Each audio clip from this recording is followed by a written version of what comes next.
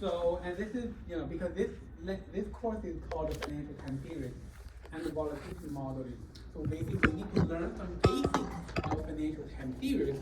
It's going to lay the foundation for us to better understand the volatility models we learn right afterwards. Okay? So a very important concept whenever you talk about time series, whether that is financial time series or not, is a concept called stationarity. Okay?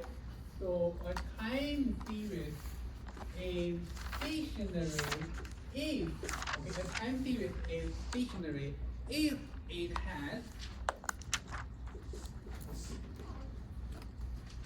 well-defined mean variance and autocorrelation.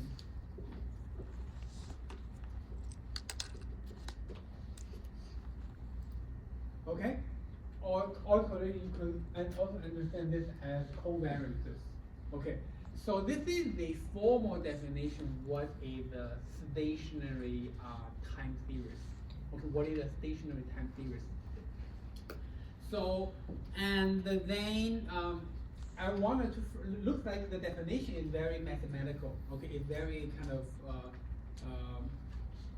abstract, okay. Still, from the definition itself, you cannot tell which time series is stationary or not. So where I'm going to illustrate how to judge a stationary versus a non-stationary time series by using examples. I will first show you, okay, how do you visually judge, basically by looking at a plot of a particular time series, whether you can have a rough idea about whether this time series is stationary or not. And then, okay, we are going to be more formal. Okay, we are going to run some statistical tests, okay, to learn about stationary versus non-stationary. So let me give you examples. Okay, let me give you examples.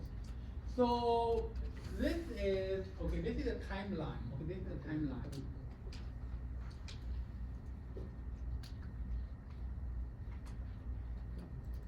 Okay, so this is a time series of the stock price.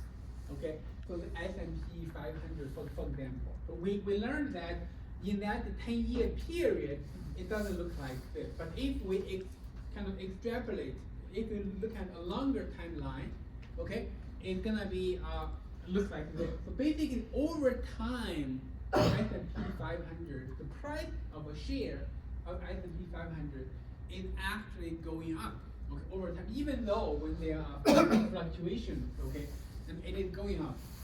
So we know that in the U.S. S&P 500 is basically a collection of the most successful companies out there. So let's think about why it is going up on average. Inflation. Over time. Like what? Inflation. Okay, inflation is one important reason. What is the second important reason why it's always going up? Can you repeat the question? Because I do apologize. Growth in gross domestic product. So I'm asking, so why on average the trend is going up for a share of a stock? So for example, the S&P 500. We know inflation is part of the reason. Growth. Because growth. Okay, economic growth. Economic growth, GDP, like, so GDP growth or company growth, yes. Yes, so basically, we know what is the nature of a stock. Nature of a stock is basically give you, a stream of earning of that company, right? So if all the successful companies here, they are delivering earnings. On average, collectively, if the GDP of this economy keeps growing up over time, like every year is 2%, okay, sometimes negative 3%, sometimes 8%. On average, it's like 2% for the U.S. economy, the post-war period, post-1984, it's about 2% per year, okay? So that 2% economic growth is going to be reflected in the earnings, okay, stock investors can earn from being the owner of the share of the stock. So basically, those are the two reasons. Inflation is one reason, and earning or economic growth is another reason why on average it is going up. Okay, so we know that at the early 2000, okay, S&P 500 it was about 1800, right? Right now we are almost touching 7,000. Okay, so basically over time the price is growing up. Then the next question is this time series a stationary one or a non-stationary one? Okay, so this time series is a non-stationary time series. The stock price is non-stationary. Why? Because if you want to figure out what is the mean of the stock price, if you use a window of 5 years to figure that out, okay, for this 5 year, there is going to be a mean, and for this 5 year, there is going to be a mean, and for this 5 year, it's going to be a mean. So basically, the mean keeps drifting up, okay, meaning that the mean is not well defined, because this time series has a very clear upward trend, okay, upward trend, meaning the mean is not well defined. So basically it violates one of the conditions for a stationary time series. So therefore, stock price is a very classic example of a non-stationary time series in finance. Okay. On the other hand, let me make another plot. This again is a timeline. Okay. So let's make time series like this. So what is this kind of time series particularly? The time series looks like ugly, but basically the stock return time series will look like that. Okay, this is around 0. Okay, you can see that the value keeps fluctuating around 0, but it will not have a clear upward or downward trend. You can see there's no trend there, right? So if you think about the stock market returns, so why there is no trend? So let's imagine a situation if the stock return dynamics look like this. And at one point it's kind of going up, it keeps being positive. Then what's going to happen? It will all grow the whole. Basically, Whole direction. basically all the capital will flow to stock market. Because you every day you have a positive return, then over time it's gonna become a bubble, and then it will kind of collapse. Okay, it's gonna drop to the ground. So basically, for returns, no matter what returns you're looking at, whether that is crypto, bonds, stock, whatever asset, or real estate, or kind of precious metals. Okay, as long as we are talking about returns, that time series will always be stationary. Okay, it cannot have a trend like what we have here. Okay, because if it had a trend, if the return had a trend, then over time, the capital of the world will all go to that asset. Okay, so that's basically why we will not ever see a trend in return. So basically, for return, the time series is basically stationary. Okay, it's basically stationary because it does not have a very clear, visible, either upward or downward trend. Okay, so basically this is the first way, or the very rough way, we can tell whether a time series is stationary or not. So basically, if you make a plot of a time series, you use your eyes to make the judgment. Okay, if you feel like, oh, I can clearly detect there is a trend, then you know that time series is non-stationary. And if you feel like, by looking at a time series, you feel like, oh, there's no clear visible trend, then more likely it's gonna be a stationary time series. Okay, so you can see this is price, this is return. Return are actually calculated based on price, but the return is stationary, whereas the price is not. Then the next question I want to explain is, okay, Is the S&P 500 non-stationary or in S&P 500 price, either? it's going to be non-stationary because the price keeps going up. Okay, so actually in a few minutes I'm going to show you the past 150 years of data on S&P 500. So that's going to illustrate or highlight the non-stationary nature of the price way better than the figure we have here. So before we go there, I just wanted to mention another thing, that is, why do we want to distinguish stationary versus non-stationary? Okay, so there are multiple reasons. So one reason is that when we are learning models to capture time series, okay, it's much easier to come up with a model that is stationary, basically that has well-defined mean variance and autocorrelation. Okay, so the non-stationary models are harder to capture or harder to come up with. Okay, but we do have one model that is non-stationary, that's going to correspond exactly to stock price. That's called a random walk, which we're going to be learning next week. Okay, but most of the time series models we are learning in this course, they are going to be stationary because they are easier to work with. And another reason why we want to distinguish stationary versus non-stationary is that so the stationary time series are much easier to interpret. So the high versus low values, it has meanings. Okay, for example, for the return, right, we know a 10% return per day, that's a pretty good return, that's a very high value, right? And we know a negative 7% on a particular day, that's a very negative return. So the high versus low, exactly because the mean is well defined, so we can compare with the mean, we know which is low point, which is high point, right? We have the high versus low kind of concept. Whereas for stock price, okay, the high versus low is very hard to kind of interpret, because even when they right now, right, we are at, stock, the S&P 500 is 7,000.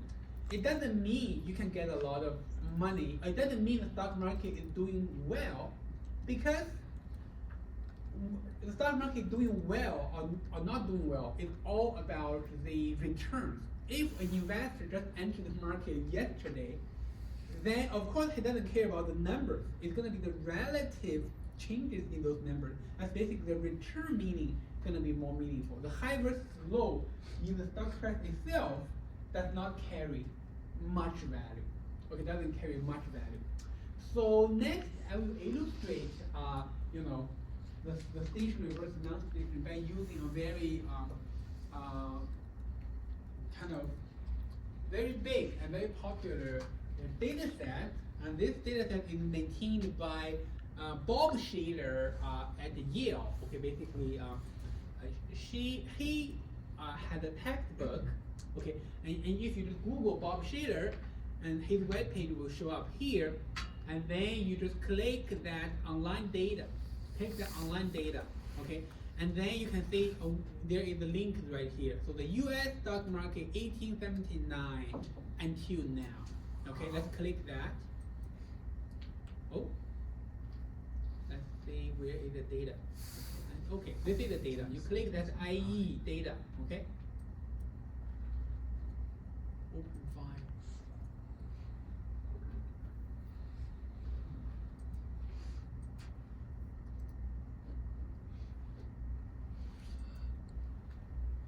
Okay. Try to enlarge this. How come Excel is not licensed in a classroom computer? How come?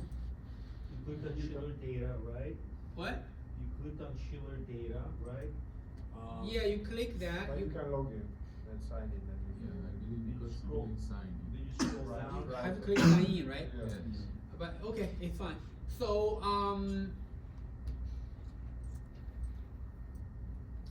okay, let me do this.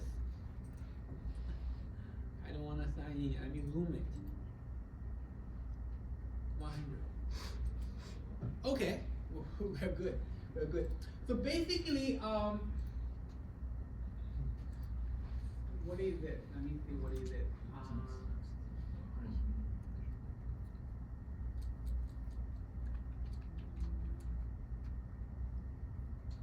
Okay, price earning ratio, and then there is another. Okay, so this one, the index plot. Okay, so basically in the same Excel, you click the tab here. We call it an index plot. Okay, so here, okay, let's pay attention to the blue line. The blue line on the y-axis, it shows you the real S&P 500 composite stock price index. Okay, basically, it's the nominal price, and then we adjust for inflation, and we get this blue line. Okay, so basically, this line is going up mainly because of economic growth.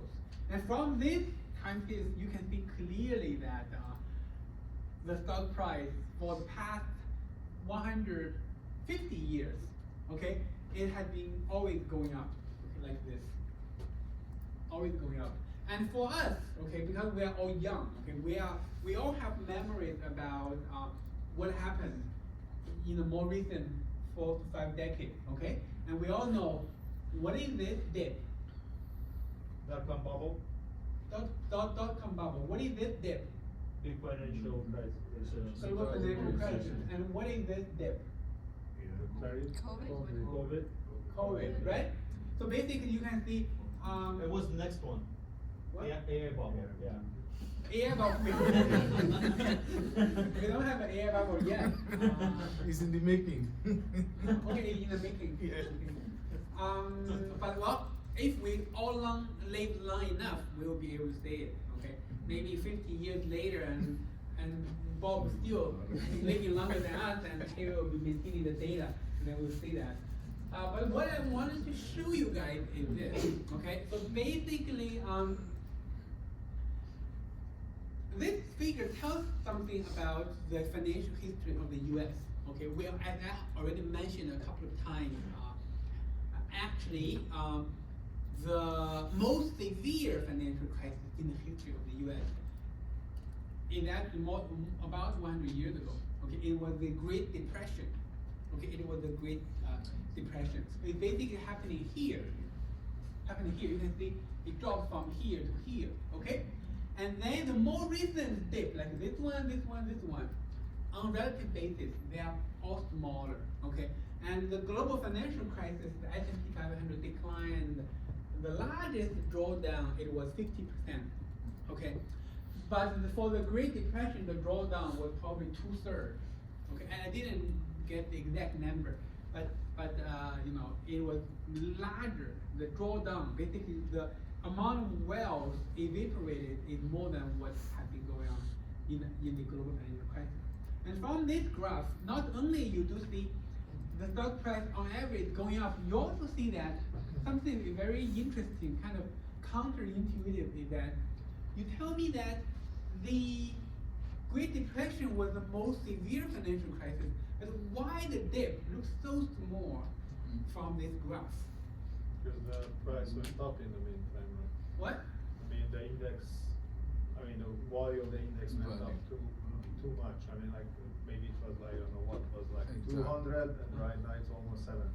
So the dip, it looks like small, okay? All because it should be the relative changes tell us about how severe the crisis is, right? If in 1929, it started at 200, if it dropped to 75, that's a pretty big drop, right? But if you take a look at the magnitude of the drop from 200 to 75, that was 125, right? Yeah. But now, let's say in 2008, right, it started at 1,000, it dropped to 500. So the magnitude of the drop is 500, but it's only 50% drop. Okay, so therefore, the stock price itself, so the high versus low value, can sometimes be misleading in terms of interpretation. Okay, and that is why, you know, we wanted to use a stationary time series for interpretation, exactly for that reason. Okay, and this is basically the Bob Shiller data. Okay, the stock price data, and you guys all know that Bob Shiller is the we have a lot of I don't think he's one of the Nobel Prize winners in finance. Okay, so he actually got the Nobel Prize in 2013 when he was a PhD student. He got the prize for, you know, he had many contributions, right? But one of the contributions, basically, he came up with this kind of price-earning ratio, okay, price-earning ratio, to tell investors about when the market is overvalued or overheated, okay, sometimes the market is undervalued. So basically, that ratio is very simply constructed as the price on stock over the earning on stock. Okay, the price earning ratio is basically price divided by earnings. Of course, in construction, it's gonna be more nuanced. Okay, when it comes to earnings, you have to take a 12-month moving average because there will be seasonal pattern in earnings. Okay, so this is the green line here is basically the earnings data. As you can see that the earnings also is going up. There is a trend there that exactly tells you, it kind of aligned very well with economic growth in the U.S. Okay, exactly because the economy is growing in the past 150 years. That's why the earnings is also growing at a certain rate.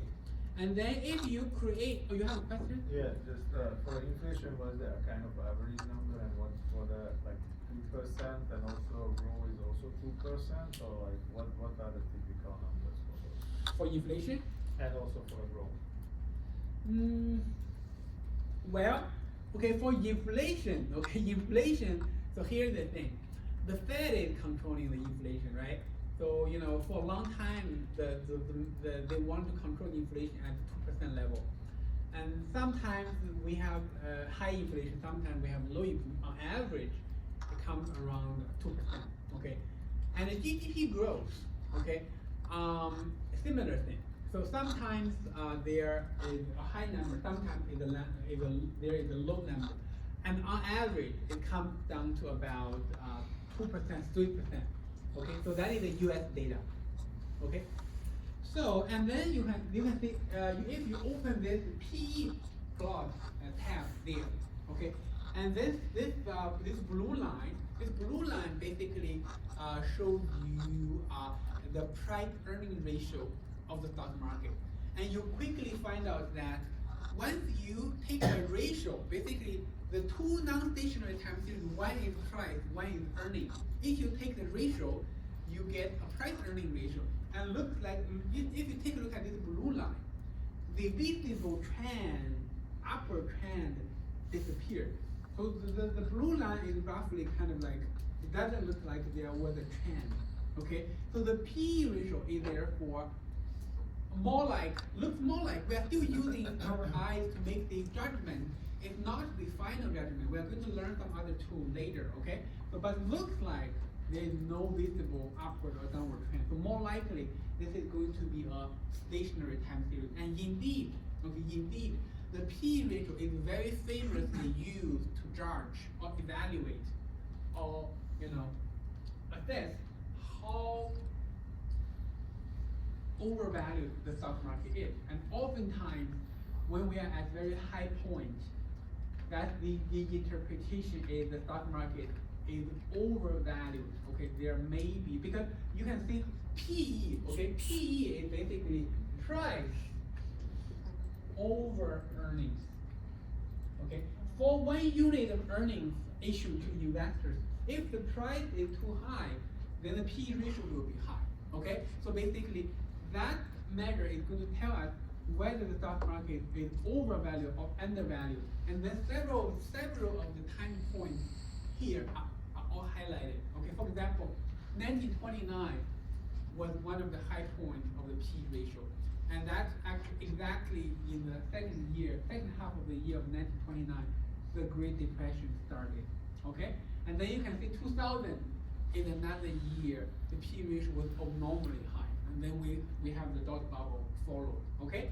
So, and then you can see recent time, because the stock market has been growing non-stop in the past 15 years. Then you can see the P ratio has been drifting up. Okay, has been drifting up.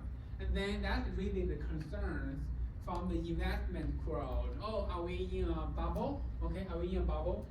You always hear about that.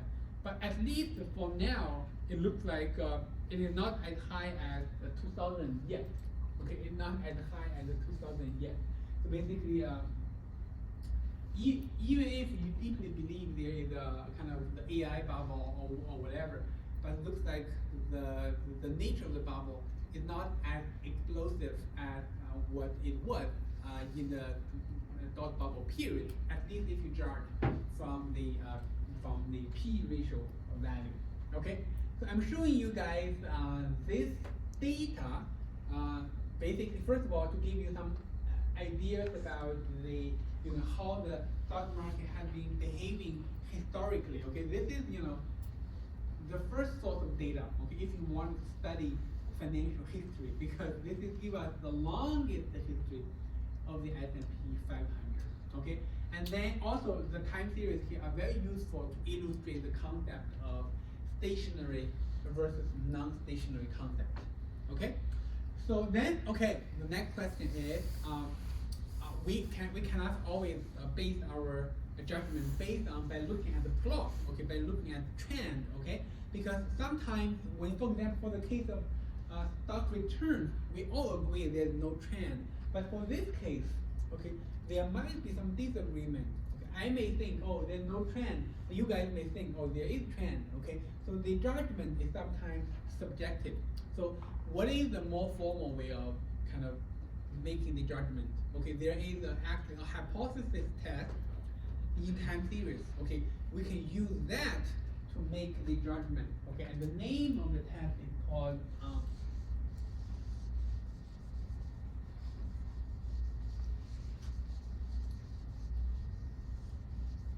So just one question, what is it called? CAPE, the CAPE, the whole name of the CAPE is called cyclically adjusted price earning ratio. Okay. So basically, it has to, when that thing is created, you have to. So there's a lot of nuance there. Okay, the earnings have to be kind of adjusted. So so what is the statistical test to tell whether a time series is stationary or not? It's called augmented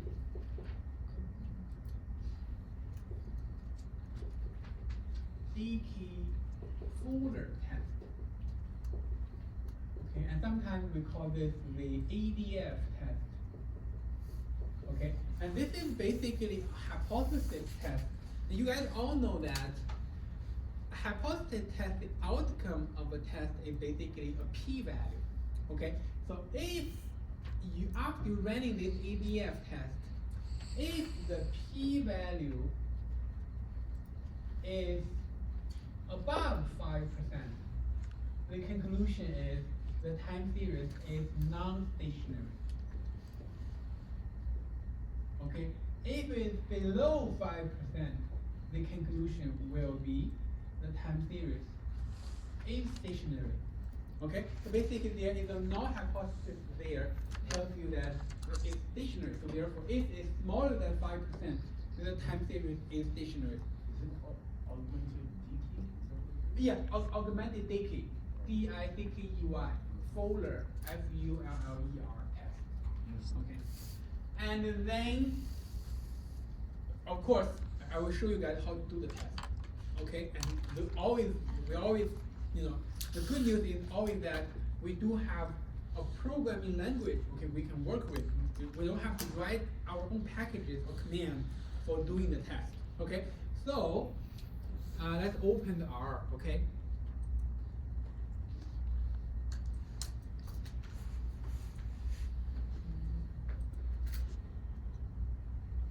Okay, so now we are in folder 3. Let me change the working directory to the letter 3 folder, and then let me open the code that is the stationary test.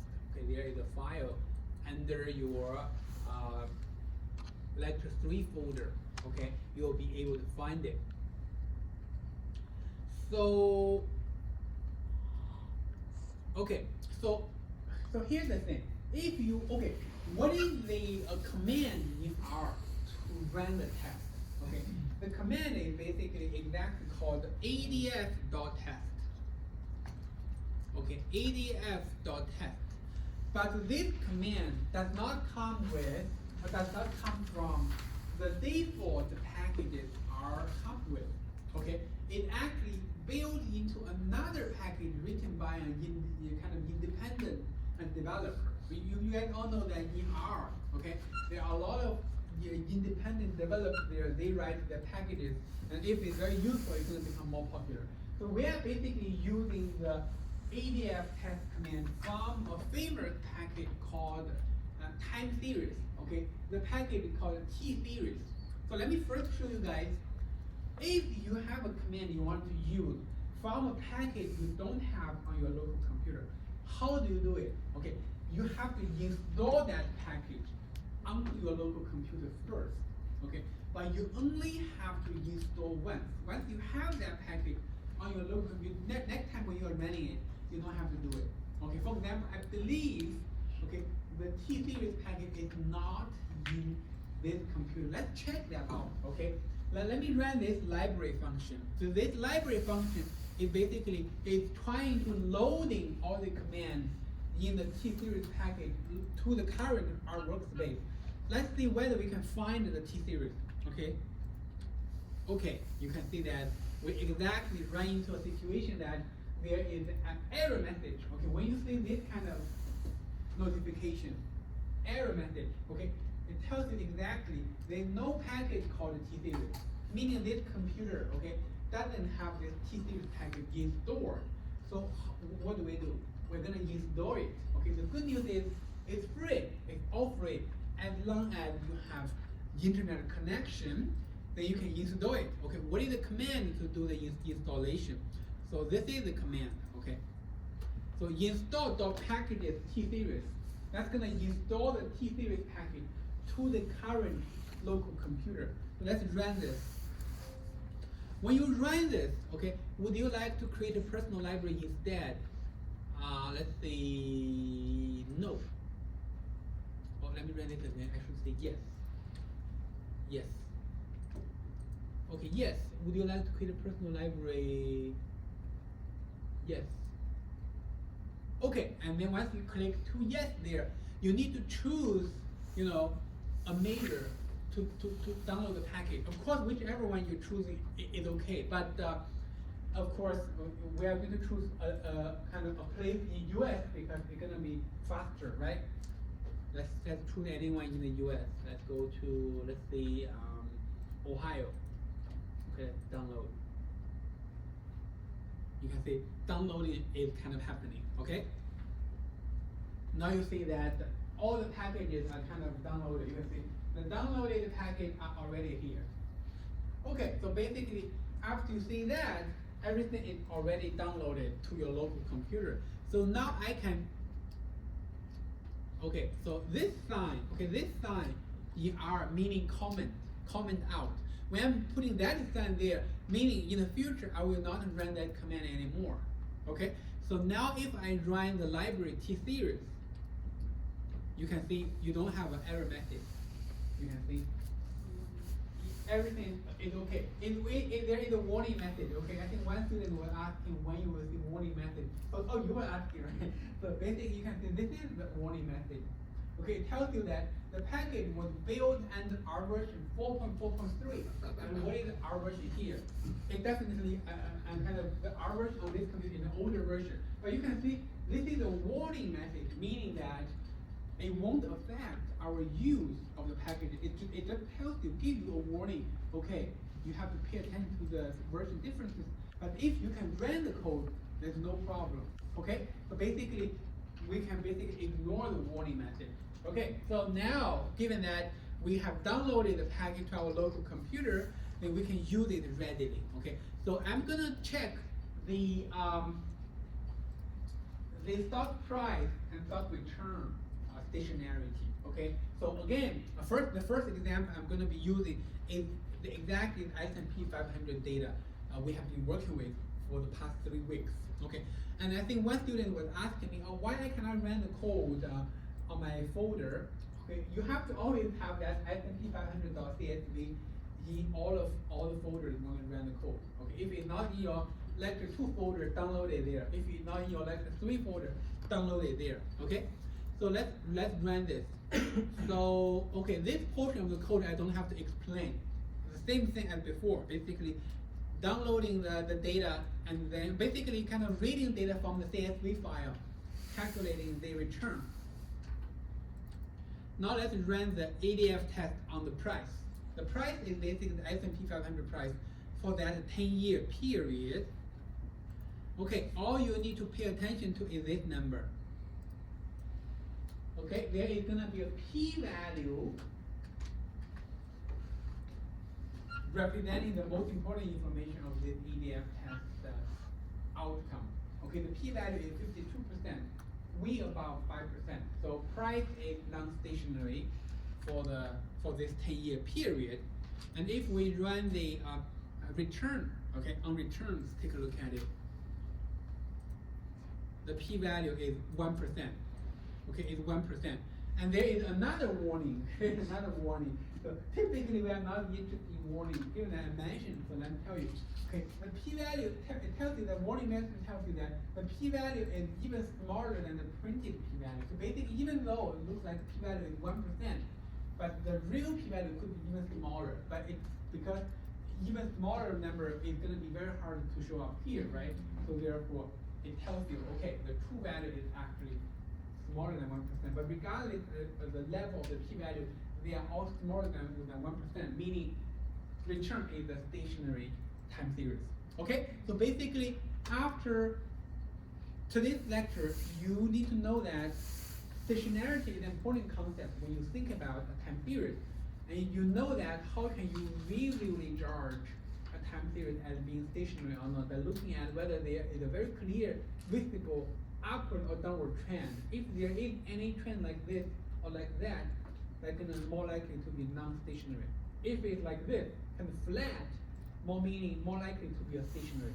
And formally, you can use R to run the test. The test will give you a very definite answer, okay, because the cutoff is well defined, 5%, okay? Above, non-stationary, below, gonna be stationary. Let's take a look at the example of Bob Shiller's data as well, okay? So basically, I downloaded Bob Shiller's data. It is actually saved in a file called shillerdata.csv, and that data is also in your lecture 3 folder, and you can play with it, download it to your local folder, okay? So, and let's run the time series. So this is the price. Okay, this is the price. Okay, we already see this from the Excel file, and this is the P ratio. Okay, we also see it from the Excel file. And then let's take a look at the ADF test on the price. Not surprisingly, you can see the p-value is almost 1, 99%. Okay, the p-value is even greater than printed p-value, meaning, okay, definitely it's going to be a non-stationary time series. And then let's take a look at the P ratio. Okay, so you can see the p-value for the P ratio is borderline, okay, on basically almost 5%. But right now we are still below 5%. So basically, the P ratio time series is basically non-stationary. Okay, is non-stationary. So after today's class, today's Tuesday, right? Tomorrow I will send out the, oh no, not tomorrow, let me think, maybe Wednesday of next week, okay, I will send out the first assignment or the first project, okay? And then in the project, I will ask you to analyze some of the data from Bob Shiller's Excel file, okay? So in the project, I will clearly tell you what you gotta do.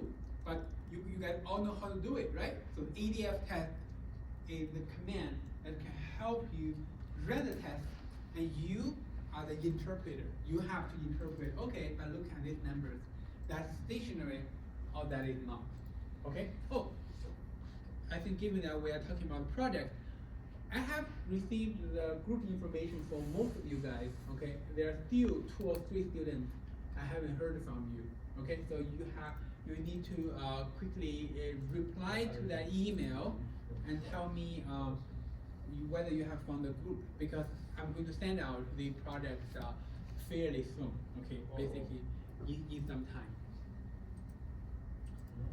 Okay, that is the first concept we wanted to talk about, okay? And then let's go back to the slide. Let's go back to the slide. This is the lecture 3 slide. You are able to find it on HSCT. So what I wanted to highlight is that, before we talk about the specific models, we really want to highlight the importance of making data plots in practice. Okay, in practice, because there are many reasons for doing so. Okay, so this example is actually a manufactured example. Okay, in the manufacturer, it's not the data of the real world. So the data looks like this.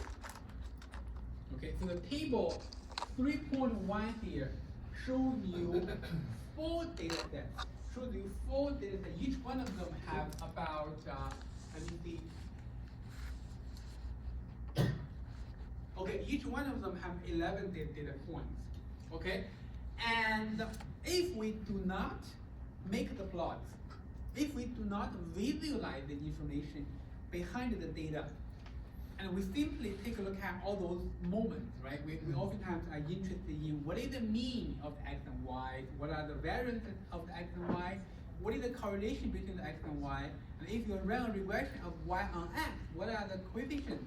And we have done all of those. You can see that, surprisingly, all the data looks like different from each other, right? But the numbers here are all identical across 4 data sets, because they all have a mean of 9 for the X, okay, and the 7.5 for the Y, and the 11 for variance for the X, and 4.1 for the Y, and correlation is all 0.82. And of course, because they have the same mean variance and correlation, if you run regression, the slope coefficient and intercept are going to be the same, okay? And by looking at this table, you will probably run to the conclusion that, oh, the 4 data sets are the same. Okay, are the same. So the next plot, basically the next slide will show you the plots. Okay, we'll show you exactly how different they are. So this is the plot. Okay, so the first data set. Okay, the blue dot here represent each observation, and the red line represent kind of a linear regression line. If you force a linear relationship on those data points, even though it looks like they don't follow a linear relationship, but if you force a linear relation on them, that's gonna be the red line. Okay, and looks like the first data set can be exactly captured by a linear regression line. Okay, you can see that all the data points, they are centered around this kind of linear regression line. Okay, but for the second data set, the story is different.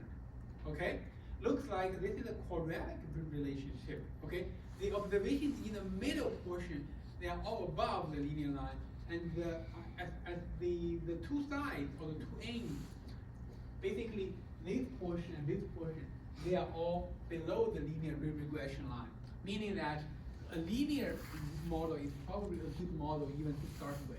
Okay, if you see the plot, if you visualize the data itself to begin with, then you realize, okay, I should not run a linear model to begin with. Okay, then the third data point, and the third plot here is a little bit more interesting. So basically, the majority of the data points, they seem to be happening exactly on a linear line, like this, right? But there is another observation, that is this one. Okay, this one seems to be very different from the others. And what oftentimes do we call this? Outlier. Outlier. Okay, outlier happen a lot in finance, because a lot of the observations are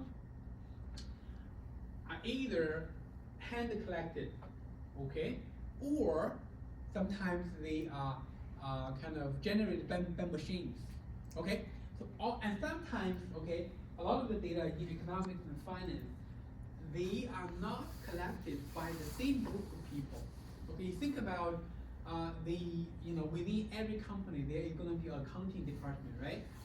And the accounting department, they are going to collect numbers from all sources of information, like overseas earnings, like export, import, like earnings, like this and that. Okay, so different people are doing different work. When all the data are compiled together, there are going to be measurement errors. There are going to be human errors. Okay, so all of those things are going to introduce outliers. Okay, but those outliers, the good news is that they can be easily spotted or identified if you are making a plot to visualize the data. Okay, this one is exactly the case. And how do you typically take care of outliers?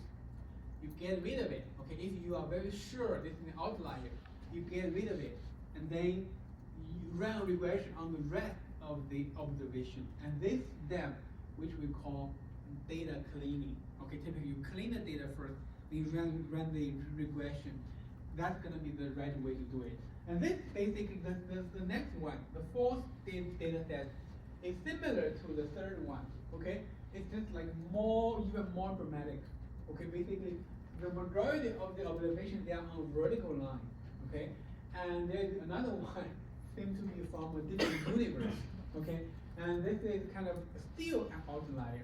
And if you force a linear regression line, that's basically the line that is, tells you no relation between them. Okay, again, the right way to handle this is basically to remove this guy. Okay, and then run another linear regression line on this one. Okay, so this is basically, it's kind of like the finance 101 kind of stuff. Basically, whenever we work with stuff in finance, especially time series, okay, the first step always to make a plot, at least to take a look at what is happening in the plot, okay, and this has a couple of kind of meanings. First of all, by making the plot, we can first identify whether there are some abnormalities within the data, like outliers, okay? And if we are very convinced that it's an outlier, we will get rid of it, okay? And we rerun the analysis, okay? The inference will be more robust without outliers. And second is, okay, if you have a cleanup data set, you want to think about what model you use to make the inference, okay? And linear model is not always a good place to start. Okay, it's really depending on what is in the data. For example, a linear model is a good model to start in this case, but not this case. Okay, and in this kind of scenario, you will have to transform the data like in one way or the other. Okay, and then you can apply a linear relationship. If you just force a linear relation on them, the inference will be biased, okay, and therefore will be misleading. Okay, so that is the importance of making time series or visualize the data always beforehand, okay, in practice. So you use the word inference, right? Inference, yeah. Inference. Yeah. Okay, so same as in AI when you query actually the AI model. No, this has nothing with AI. The inference is a term from statistics. Basically, if you want to tell something, basically inference meaning tell the information from something. Okay, right. So But it's if- for AI. If AI? It's also used for AI, yeah. When you train a model and after you actually. Oh yeah. So nowadays people are more often use it with AI, but the inference is more old-fashioned. Okay. If you run a linear model, that's called the inference as well. Okay. So the next thing that I want to do, I don't think I have enough time to do it.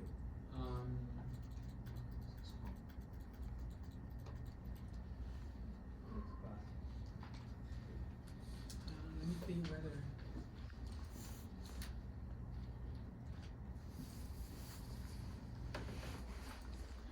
So any question you guys want to ask for anything we cover up until this point? Okay, I don't think I have time to go over, the complete detail here. So basically, what I want to do next, is, I wanted to show you guys how to reproduce this figure in R. Okay, and you will learn a lot of important things in terms of making plots, and in terms of how to have different colors, how to have different symbols, and how to put different plots in one. Okay, so given that we are running out of time, so I will delegate this portion to next week. Okay, so